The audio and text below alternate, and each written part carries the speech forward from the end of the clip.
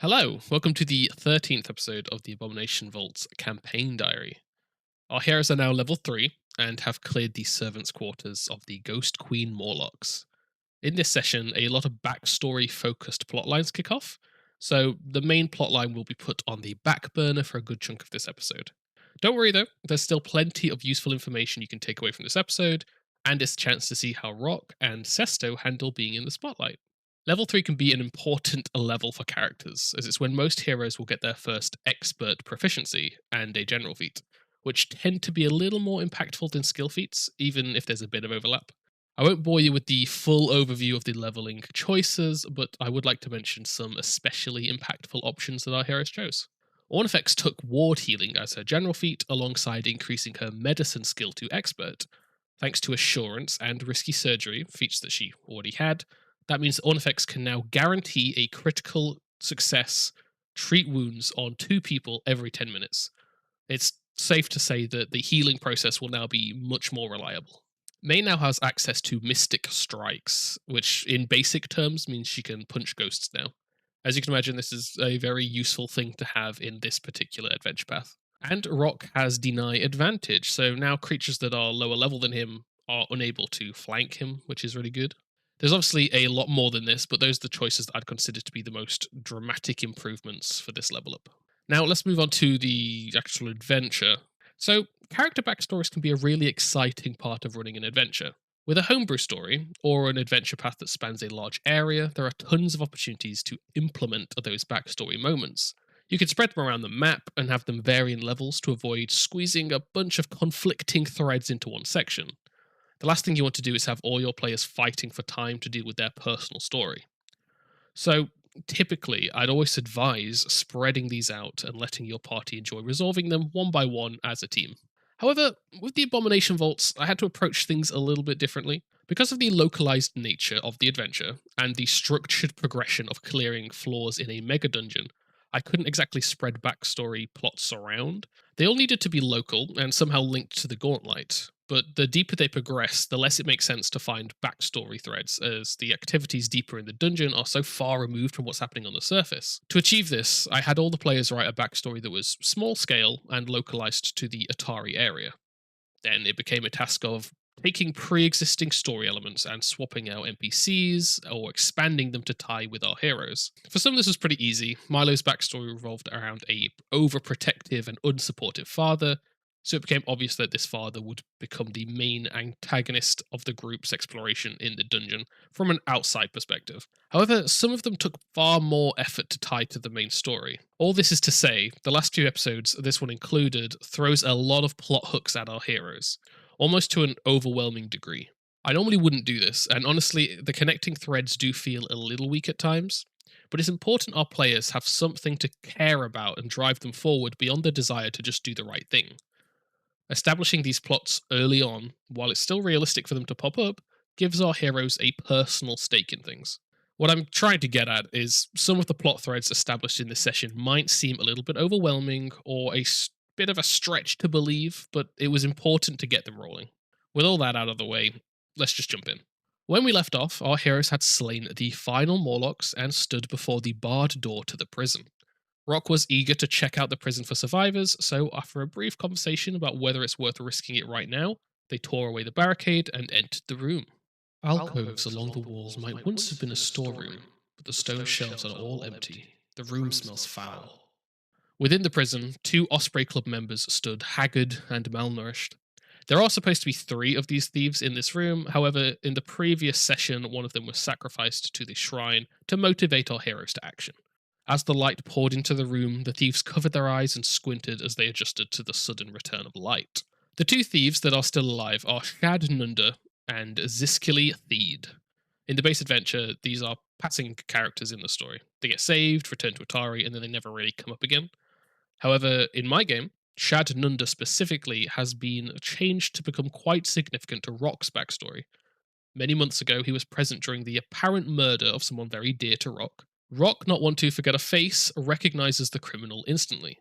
Yeah, Rock, as you rush forward and grab Shad, he's trying to back off, but he's unarmed, wearing just the underclothes of what would have been his armor. And he puts up a very weak effort to stop you, but You can tell from his reactions that he is very he's suffered a lot under this captivity. What are you doing? What are you doing here? Oh, what am I doing? What the fuck are you doing here? I live here now. You're Not in the oh, you dungeon, live but here now. Oh, you're a long way from home. A long way from kissing up to Declan's royal rich ass. are you here to get us out? I was. Yeah, but I think you and I are gonna have a little chat first. All right. I've not So done it while since we've been here. All right, I've been clean. I don't speak to oh, him you've been anymore. clean. You don't speak to him anymore. You remember what happened the last time you spoke to him? Hmm? Uh, yeah. Yeah, yeah. Why don't you recount that to me after you killed a I can't say she was innocent, but you killed somebody that you probably shouldn't have. Look, mate, I was just following orders. It Oh, wasn't my following decision. orders. We all have to follow orders. We all have to follow orders, and sometimes we have to deal with the consequences of following those orders. I'm going to draw my rapier, Please and I am don't kill going. me. Give me a good reason. She Give me a reason why I could not spill your guts right here. she's alive.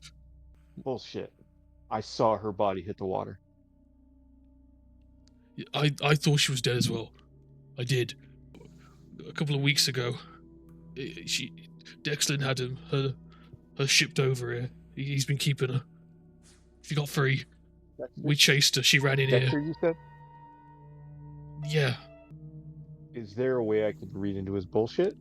You can sense motive. You believe this person. It seems to genuinely be groveling for his life. Look, I had her under town for a couple of months, and she got out. She ran. I chased her. She clearly didn't know where she was going. She ran under here. That's why we're here. We're trying to find her. You tell me Lily's here. If she's still alive, she'll be in here somewhere.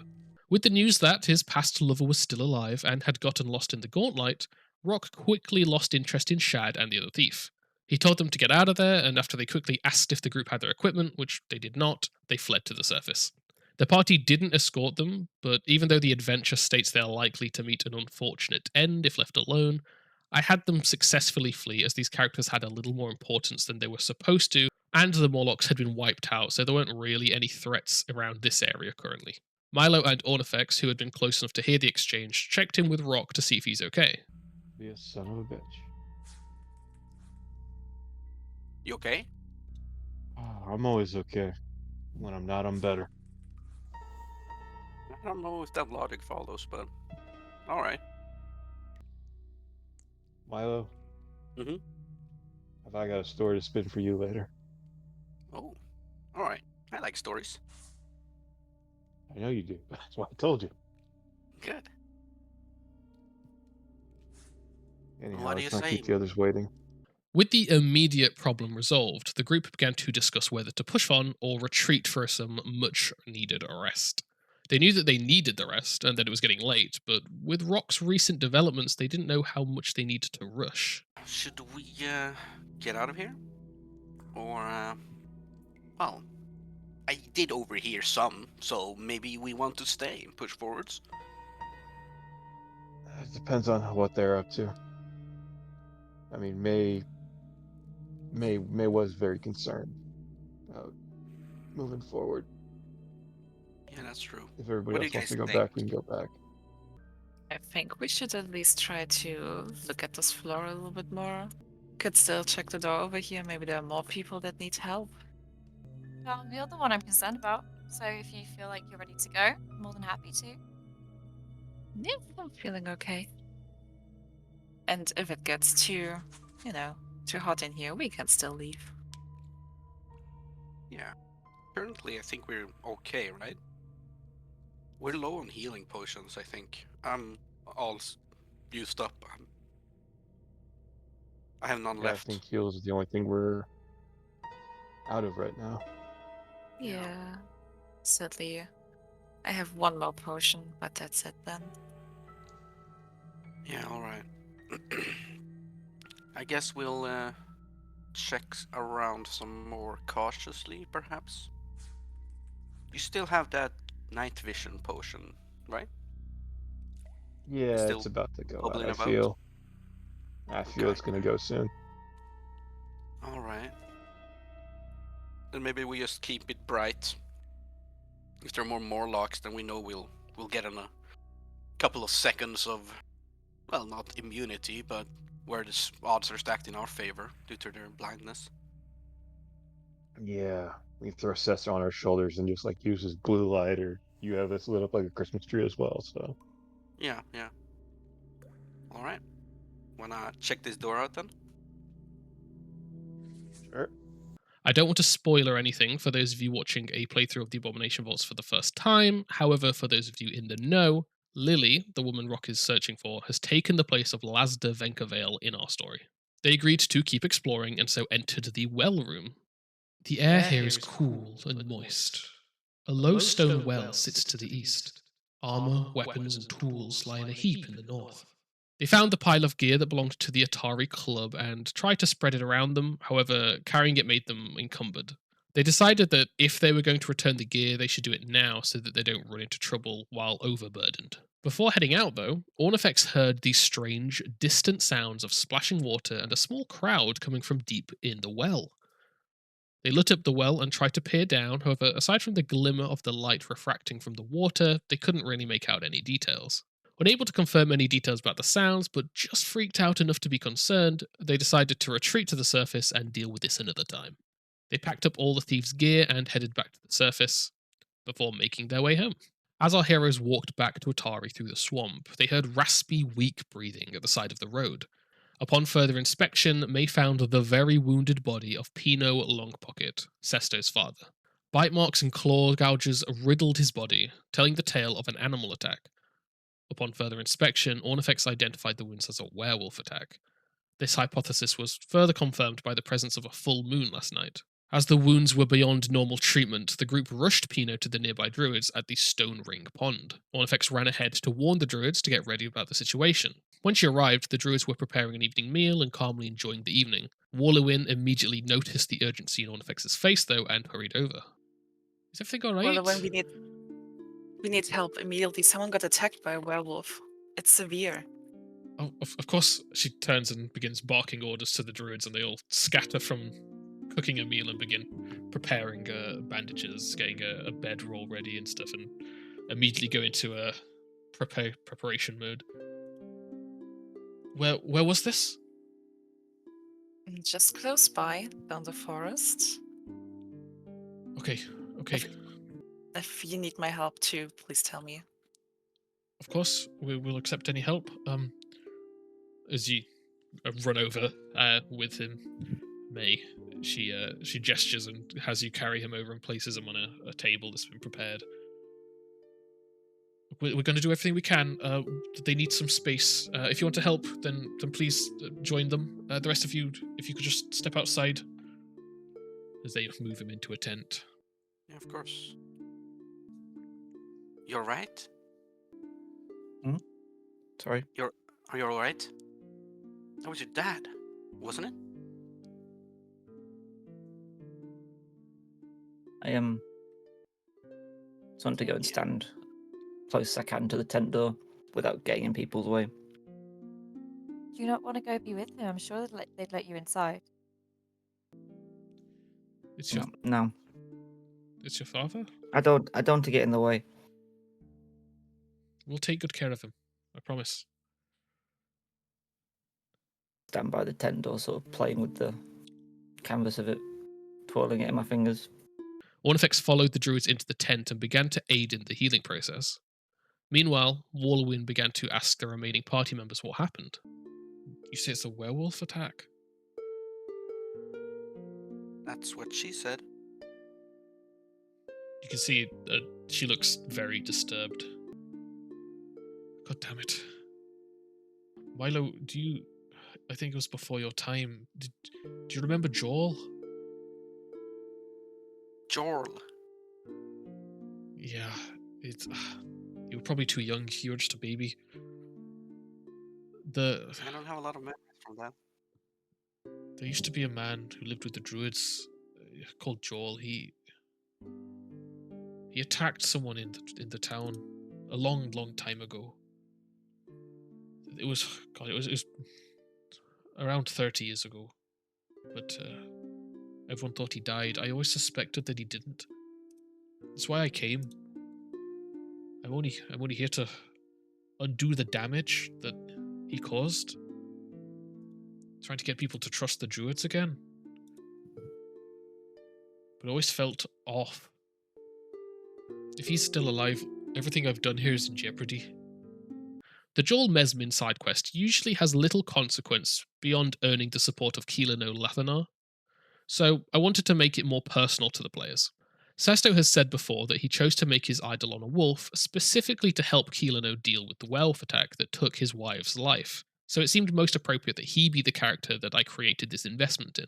As a fourth floor encounter, it's not something that can be immediately resolved. However, it should allow for a resolution before they're halfway through the adventure. Wallowin had a personal stake in seeing Jaul permanently stopped, so she asked the party to deal with the werewolf once and for all. If he is alive, you need to stop him. You need to end him for good. Right. And you know he's a werewolf?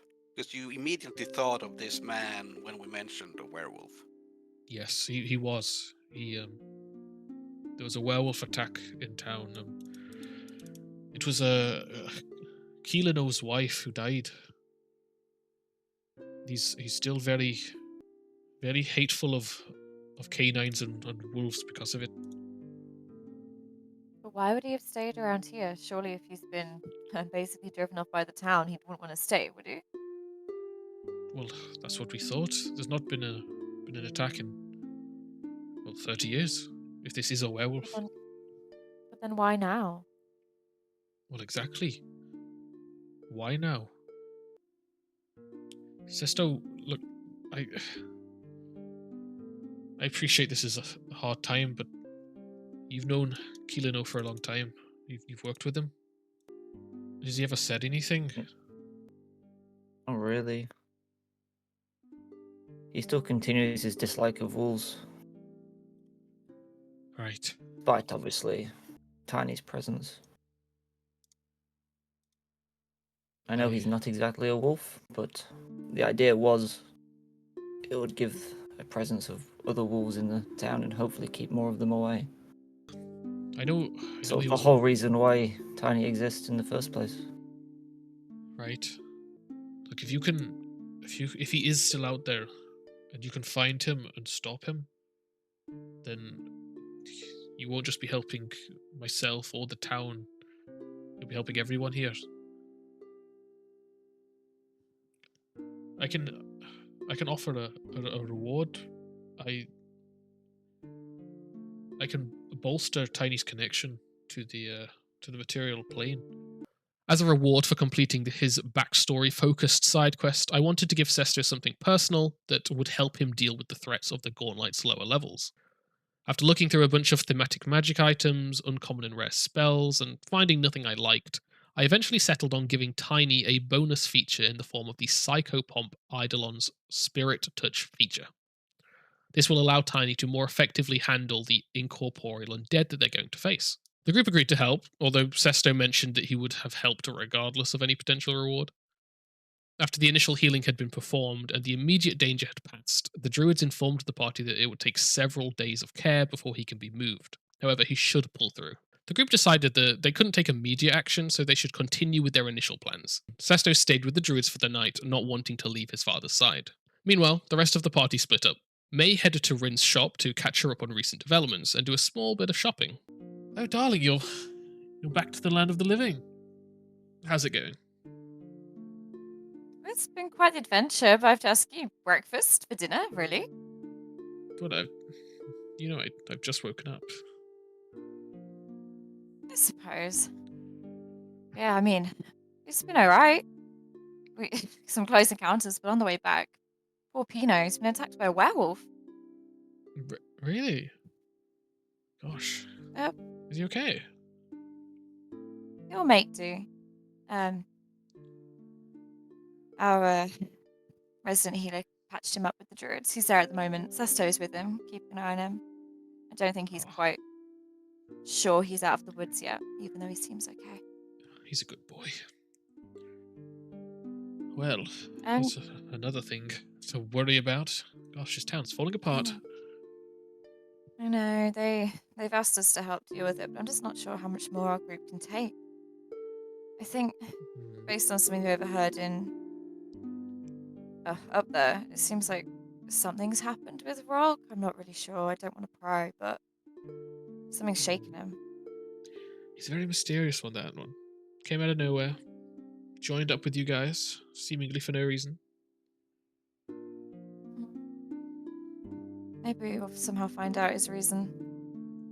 Not sure if he wants to or not, but there's only so much he can keep hidden. True.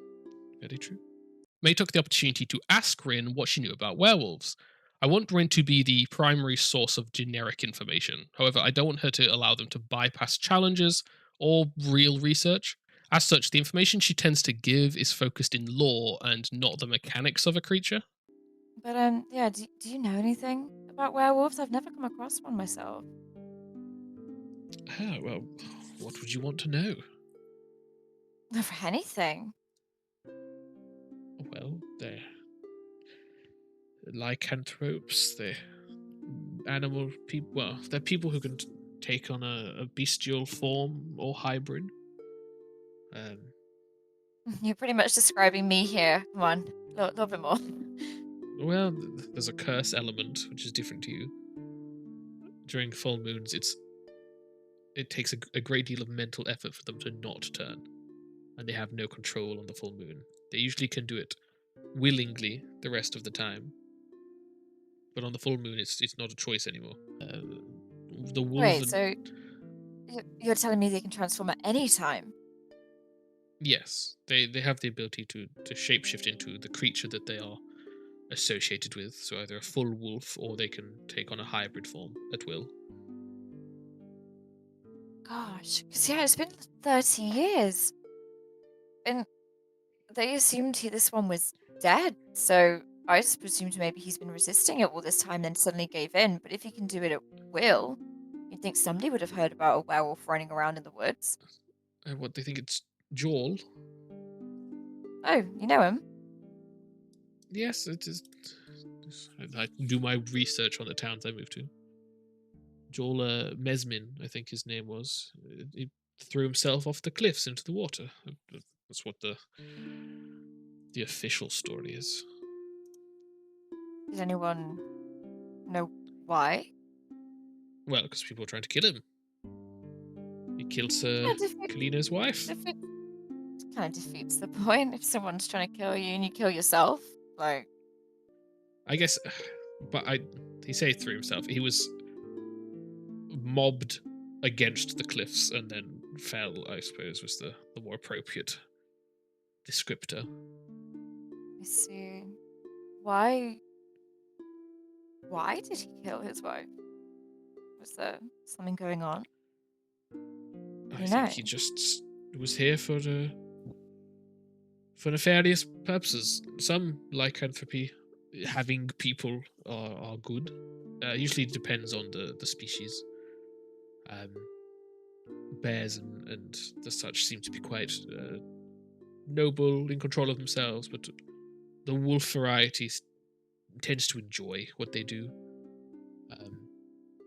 They infiltrated with the druids, and after people got comfortable, he went on a little feast.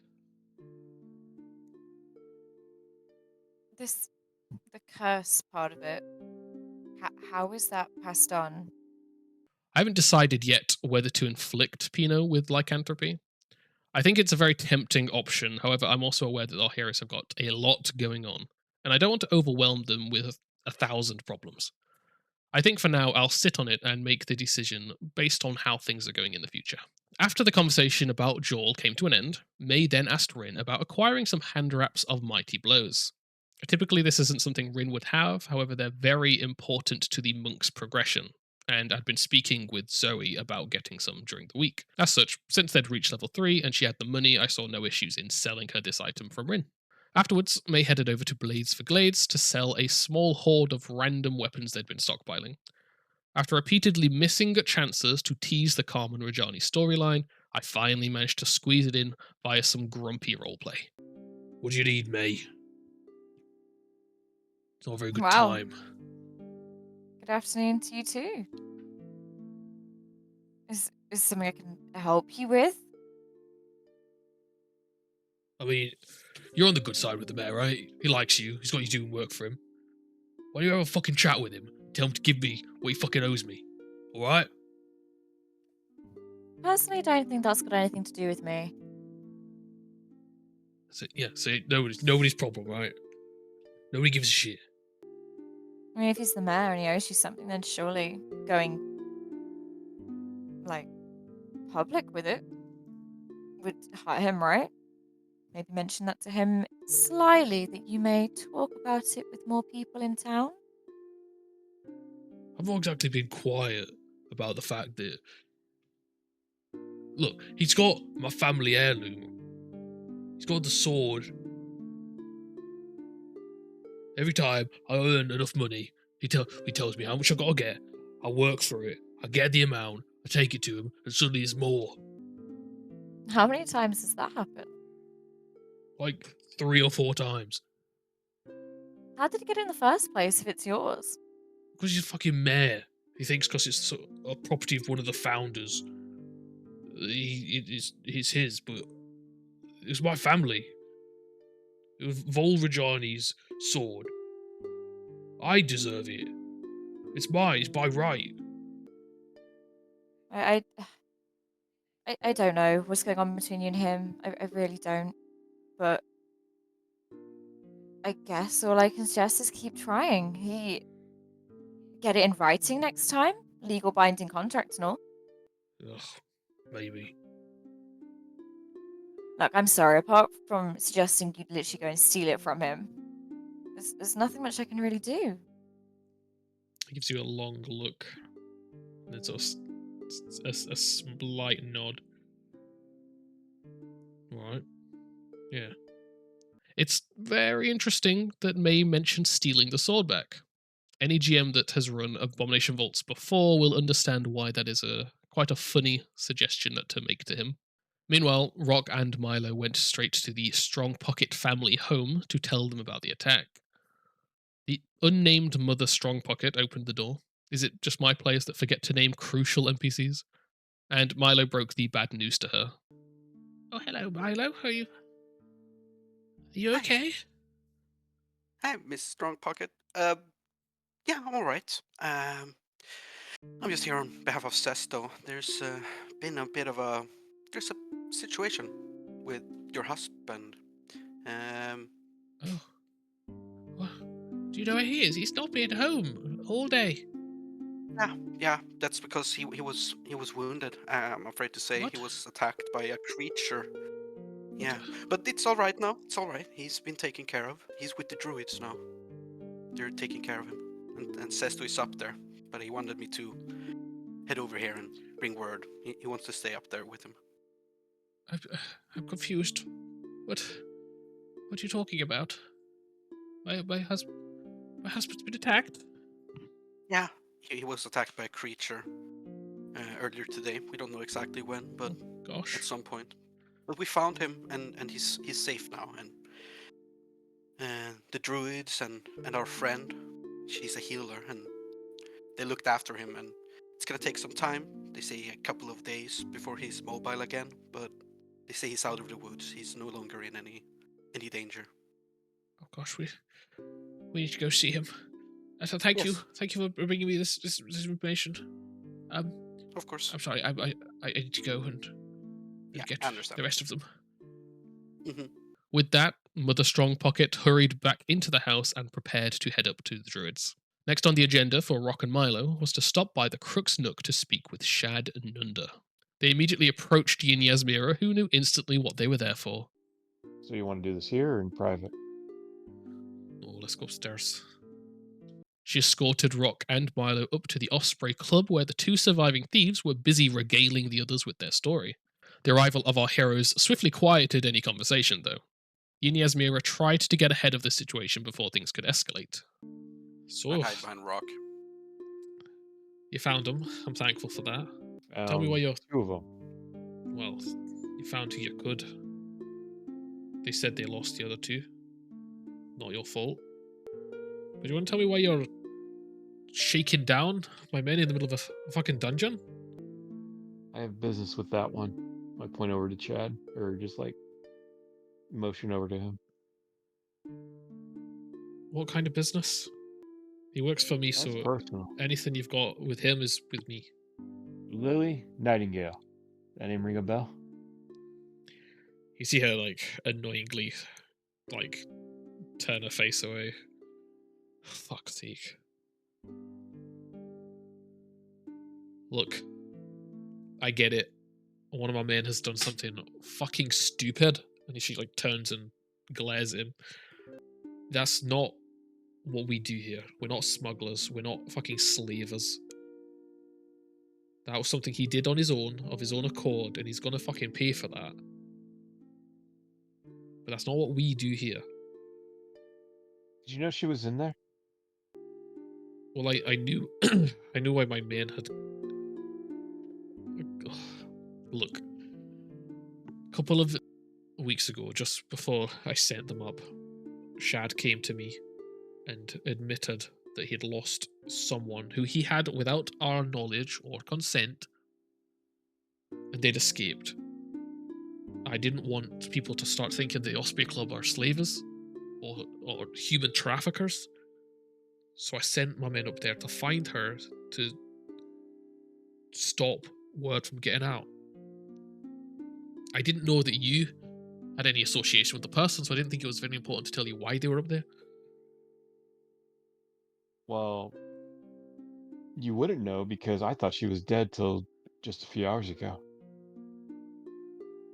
I'm still trying to piece that together. I saw her body hit the river. Well, silver Worse. linings, I guess. Yeah.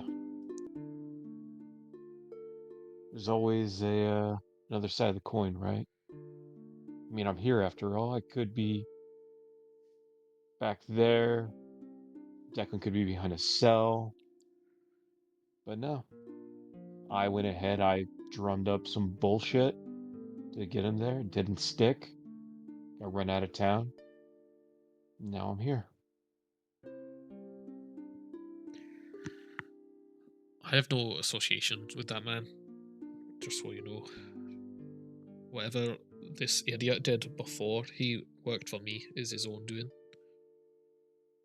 Oh, don't worry. I don't hold any of what he did against you, but doesn't mean I'm still not going to have a conversation with him.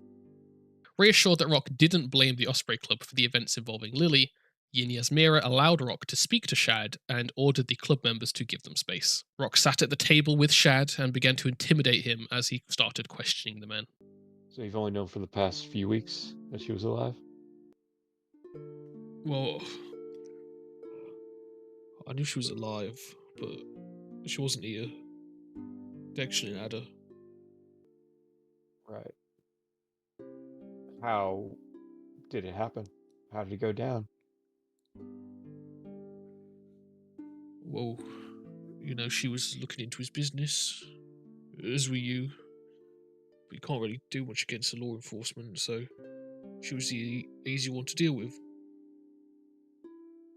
We're not sure how she survived. I guess people like her have their tricks, you know. Magic items, wards, spells, that kind of shit. Scooped her up out of the river not long after it happened. Hauled her off, and he kept her for a while. But then people started looking into it. People started getting suspicious, and you were gone, so he thought it'd be safer to send her here. I mean, he's my oldest friend, so of course I agreed. I kept her underneath the town for a while, just some tunnels. The rest of the guys didn't know, but it was for him, right? It's for my mate. And then she got out. I ran. Went through swamp. I chased her. She clearly didn't know where she was going because she ran to that haunted place. I wasn't going in there, so I came clean. And then she said she'd help me try and get her back because reputation of the guild and all that. Shad knew that the jig was up, so he was being as forthcoming as he could, hoping that honesty would convince Rock to let him live. Rock tried to pry as much information out of Shad as he could, but annoyingly the man didn't actually know that much. You know how far she's gone down? No, we did make it further than where you found us. Takes another bit of pork. So, why didn't you tell me then? I was out of the picture. You were Declan's best friend. You know what Lily was to me. Quick raven or message. Hey, she's alive. Don't worry. We'll get her back to you.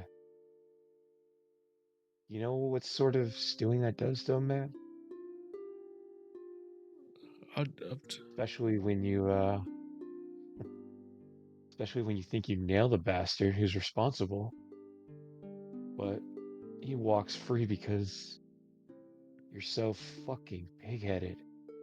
You do whatever you can and just can't make it stick. You can go ahead and set the fork down, draw out my dagger and stick it in the table. Look, come on, I'm being honest with you. I'm being straight. You are. I'm very much appreciative of it. Do you remember where she got stabbed before her body hit the river? No, I don't. Come on, man. It's just business. Business. Well, business has consequences, doesn't it? You're a law enforcer. You're not gonna do this. This is just bad cop, right?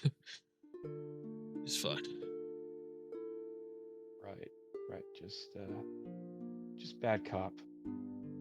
I would like to reach across, grab him by the wrist, spin the dagger, take a finger. Normally, a situation like this would call for some rolls. However, I'm a firm believer that in moments of great role play, you should allow for a more cinematic approach. And so I allowed Rock to cleanly sever the finger, leaving Shad screaming at the table. The other Osprey Club members drew their weapons, but understanding the delicate situation, Yniesmira ordered them to stand down and not get involved. Cautiously puts a hand on your shoulder. I get it, but I can't have you spilling blood here. That's all I'm spilling. Okay. Just a reminder. I'm sure he won't forget. And she glares him. If you need any help finding this woman, then we'll do what we can. And if some... I'm going to take you up on that when I have more information. Until then, just keep the kid out of that man's hands. Look back over to Milo. Okay, we can do that. If you could have some discretion about the situation, that's something we could appreciate. I know when to keep my mouth shut. She pats you on the shoulder and moves away. With the night coming to a close, Rock and Milo drank the night away in the tavern as the rest of our heroes headed to bed. We took a long rest, and then morning came, and with it a new day of adventuring and problems. As our heroes gathered in the morning, one of the mayor's runners located the group and hurried over. The young boy was in his mid-teens and had a message to deliver. Hello, I've got a message from the mayor. Could you please be here tomorrow in town in the morning, please? Maybe. Please? It's important. He has arranged support from the town. And there's going to be a lovely a little event where the town presents its support for you guys doing your work. I'd originally planned to thrust this event on the party without warning the next time they were in town. However, this has already been a rather packed trip to Atari, and I didn't want to overwhelm them further. It should be a fun little social encounter in which they get about 50 GP worth of useful treasure, since they turned down the 50 GP from Yenia's Mirror, and it will also mean that Milo is in a position where he can't actively avoid his father. Depending on how long the adventuring day ends up being, it might be a session or two until we get to this. They agreed to return to Atari tomorrow, and then began preparing to head up to the Gauntlet. They dropped off the +1 potency rune and Sesto's dagger to the blacksmith so that they could have a +1 dagger waiting for them at their return. This is because Sesto wants to be able to hold this +1 dagger to give his Eidolon the +1. They also stocked up on potions, beginning to buy lessers now, as well as the usual minor potions. And they also identified the strange obsidian gem as a fear gem. The group decided to pick things back up in the Gauntlet from Graulgust's throne room, as they knew that there had been that tunnel that they had missed. They headed into the Grothlut den. Water drips down the walls of this cavern, particularly along a jumble of dangling, pallid roots to the south. Beneath them is a large, soggy nest of mud and bones. They could quickly ascertain that this was likely where the pet Grothlut had been sleeping. Despite having a look around the room for anything of note, they found nothing and left empty-handed. Their next stop was to head north along the processional. This long, 10-foot wide hallway has a vaulted ceiling arching to a dozen feet high. 3 broken metal brackets hang from the ceiling, one to the south, one to the north, and one in the middle, although what the frames once held is unclear. The floor is strewn with pieces of rotten wood and twisted metal. To the north, a pale, green light shimmers around a closed door's frame. They had been here before the first time they discovered this floor, but had fled before properly exploring. This time they decided to enter the door to the east and found themselves in the cleaning supplies room. Shelves line the walls of this room, each filled with tools used for cleaning or repair work. A silver-headed cane lies amid a tangle of mops, brooms, and buckets. The silver-handled cane proved a tempting distraction, and as Mace snatched it from above the precarious pile, it caused it to collapse. The noise attracted the attention of a rather angry devil known as a Zebub.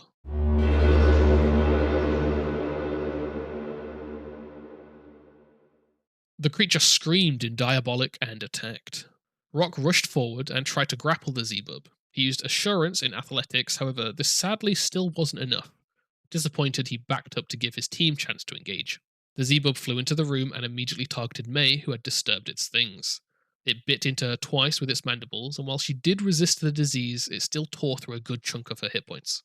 Sesto had Tiny run into flanking and lunge at the devil. Sadly, he missed, however, Sesto did strike it with an electric arc, a cantrip. One effects fired some needle darts at the creature, but sadly missed. She then moved up slightly. May retaliated with a flurry of blows, however, even though she hit, it took no damage, revealing that it does have some kind of resistance. They didn't know yet whether this was to bludgeoning, physical, or something else. May then recalled knowledge to see why it didn't take any damage, however failed the roll. She decided to enter her Stoke Flame stance, ready for her next turn. Milo successfully used Exploit Vulnerability to identify Holy as a weakness, and shared this information with the group. Now, Ornifex's faith gave her the option to become sanctified, however she chose not to be. This means that this particular weakness would be quite hard to tap into. Normally the Divine Lance cantrip could have been given the Holy trait through being sanctified holy. However, this is not applicable in this case.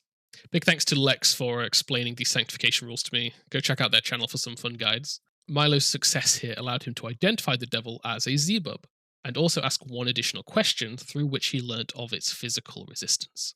Milo finished his turn by stabbing the creature, but missed. Rock moved into Tiny's square to get flanking and stabbed at the Zebub, and thanks to a hero point, managed to hit and deal a small amount of damage. He then backed out of the room, as you can end movement in an ally space, but you can't end your turn there. The Zebub angrily glared around the room at all these nasty surface dwellers and realised that it needed backup. It cast Summon Animal, however, it has the limitation that it can only be a -1 swarm. As a swarm of weak spiders crawled out of the ground, filling the space, we called the session there. This session was a little different than usual. There was a lot of setup and not as much action as usual, however, we now have a backstory plotline going for 4 of the 5 characters. Hopefully this means that our heroes have a personal stake in exploring and solving the mysteries of the Gauntlet. Next week, we should be back to the fun of dungeon crawling as the group explores the northern portion of the servants' quarters and potentially encounters the ghost of Atari. If you're enjoying these campaign diaries, then please like or comment, as it really does help a small channel grow. And subscribe and hit the bell if you want to ensure that you don't miss future episodes. I'll see you next time. Bye.